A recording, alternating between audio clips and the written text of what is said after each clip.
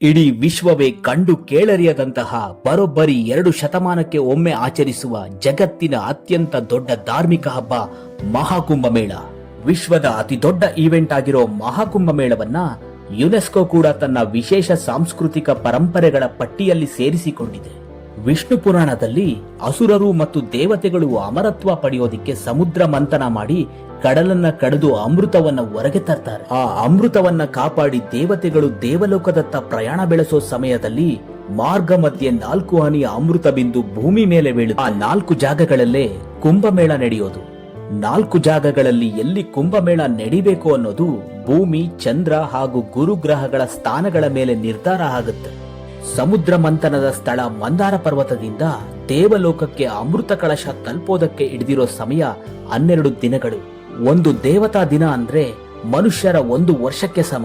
12 ದೇವತಾ ದಿನಗಳು 12 ವರ್ಷಕ್ಕೆ ಸಮನಾಗಿರುತ್ತೆ. ಇದೇ ಪ್ರಕಾರವಾಗಿ 6 ವರ್ಷಗಳಿಗೊಮ್ಮೆ ಅರ್ಧ ಕುಂಭಮೇಳ, 12 ವರ್ಷಗಳಿಗೊಮ್ಮೆ ಪೂರ್ಣ ಕುಂಭಮೇಳ ನಡೆಯುತ್ತದೆ. ಅದೇ ರೀತಿ 12 ಪೂರ್ಣ ಕುಂಭಗಳ ನಂತರ ಅಂದ್ರೆ ಪ್ರತಿ 144 ವರ್ಷಗಳಿಗೊಮ್ಮೆ ಪ್ರಯಾಗ್ರಾಜ್ನಲ್ಲಿ ಈ ಮಹಾ ಕುಂಭಮೇಳ ನಡೆಯುತ್ತೆ. ಈ ಹಿಂದೆ ನಡೆದಿರೋ ಮಹಾ ಕುಂಭಮೇಳವನ್ನ ನೋಡೋದಕ್ಕೆ ನಾವು ಹುಟ್ಟಿರ್ಲಿಲ್ಲ. ಮುಂದೆ ನಡೆಯೋ ಮಹಾಕುಂಭಮೇಳವನ್ನ ನೋಡೋದಕ್ಕೆ ನಾವು ಬದುಕಿರೋದಿಲ್ಲ. ಯಾಕಂದ್ರೆ 144 ವರ್ಷಗಳಿಗೊಮ್ಮೆ ಬರೋಬ್ಬರಿ 2 ಶತಮಾನಗಳಿಗೊಮ್ಮೆ ನಡೆಯೋ ವಿಶ್ವದ ಅತಿ ದೊಡ್ಡ ಧಾರ್ಮಿಕ ಹಬ್ಬ ಈ ಮಹಾಕುಂಭಮೇಳ.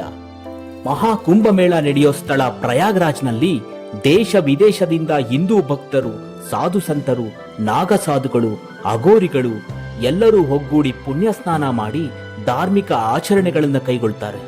ನಮ್ಮ ಜೀವಮಾನದಲ್ಲಿ ಮರೆಯಕ್ಕಾಗದೇ ಇರುವಂತಹ ಯಾತ್ರೆ ಅದು. ಅಲ್ಲಿಗೆ ಬರುವಂತಹ ಸಾಧು ಸಂತರಿಗೂ ಅದು ಜೀವಮಾನದಲ್ಲಿ ಏಕೈಕ ಕುಂಭವಾಗಿದ್ದರಿಂದ ಅವರೂ ಕೂಡ ಅದನ್ನ ಬಹಳ ವಿಶೇಷವಾಗಿ ಆಚರಿಸ್ತಾರೆ. ಈ ಮಹಾಕುಂಭಮೇಳ ಒಂದು ಅಪರೂಪದ ಅವಕಾಶ. ಇದೇ ಕಾರಣಕ್ಕೆ ಲಕ್ಷಾಂತರ ಕೋಟ್ಯಾಂತರ ಸಾಧಕರು ಇಲ್ಲಿಗೆ ಬರ್ತಾರೆ. ಈ ಅಮೃತ ಸ್ನಾನದ ಯಾತ್ರೆಯನ್ನ ನೋಡೋ ಅವಕಾಶವನ್ನ ಯಾರು ಮಿಸ್ ಮಾಡ್ಕೊಳ್ಬೇಡಿ. 10,000 ಎಕರೆ ಜಾಗದಲ್ಲಿ ನಡೆಯೋ ಈ ಬೃಹತ್ ಧಾರ್ಮಿಕ ಸಮಾರಂಭಕ್ಕೆ 45 ಕೋಟಿಗೂ ಹೆಚ್ಚು ಜನ ಸೇರೋ ನಿರೀಕ್ಷೆ ಇದೆ.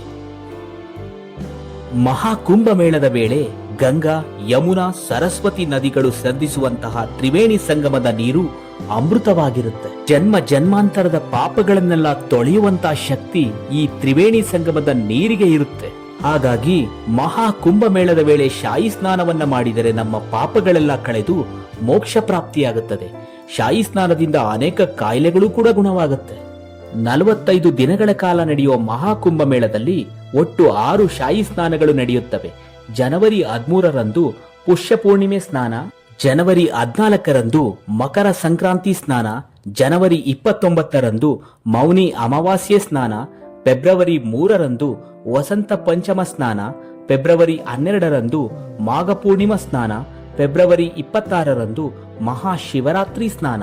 ಮಹಾ ಕುಂಭಮೇಳ ನಡೆಯೋ ಸ್ಥಳ ಪ್ರಯಾಗ್ರಾಜ್ನಲ್ಲಿ ಅದ್ಭುತವಾದ ವ್ಯವಸ್ಥೆಗಳನ್ನು ಮಾಡಲಾಗಿದೆ.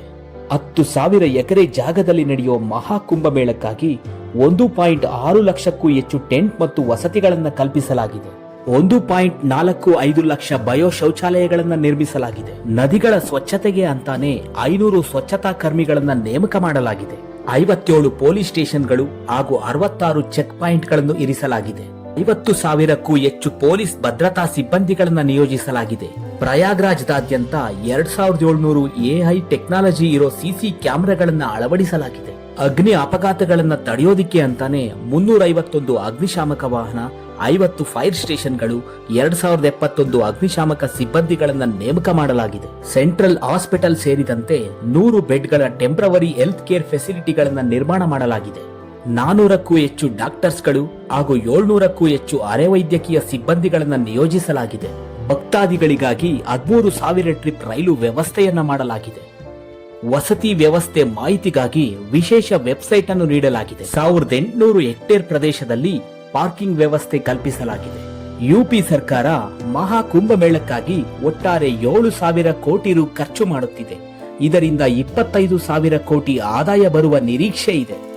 ಕರ್ನಾಟಕದಿಂದ ಪ್ರಯಾಗ್ರಾಜ್ಗೆ ಕುಂಭಮೇಳವನ್ನ ವೀಕ್ಷಿಸಲು ಹೊರಡುವ ಭಕ್ತಾದಿಗಳಿಗೆ ಈ ಕೆಳಕಂಡ ರೈಲು ವ್ಯವಸ್ಥೆಗಳನ್ನು ಕಲ್ಪಿಸಲಾಗಿದೆ. ಹಾಗೆಯೇ IRCTC, Thomas Cook, trip planner, make my ಟ್ರಿಪ್ಗಳಲ್ಲಿ ಕುಂಭಮೇಳವನ್ನು ವೀಕ್ಷಿಸಲು ವಿಶೇಷ ಪ್ಯಾಕೇಜ್ಗಳಿವೆ. ವಿಶ್ವದ ಅತಿ ದೊಡ್ಡ ಶಾಂತಿಯುತ ಧಾರ್ಮಿಕ ಸಮಾರಂಭವಾದ ಮಹಾಕುಂಭ ಮೇಳವನ್ನ ಮಿಸ್ ಮಾಡ್ಕೊಳ್ಬೇಡಿ. ಈ ವಿಡಿಯೋ ನಿಮಗೆ ಇಷ್ಟ ಆಗಿದ್ರೆ ಸಬ್ಸ್ಕ್ರೈಬ್ ಮಾಡಿ, ಲೈಕ್ ಮಾಡಿ.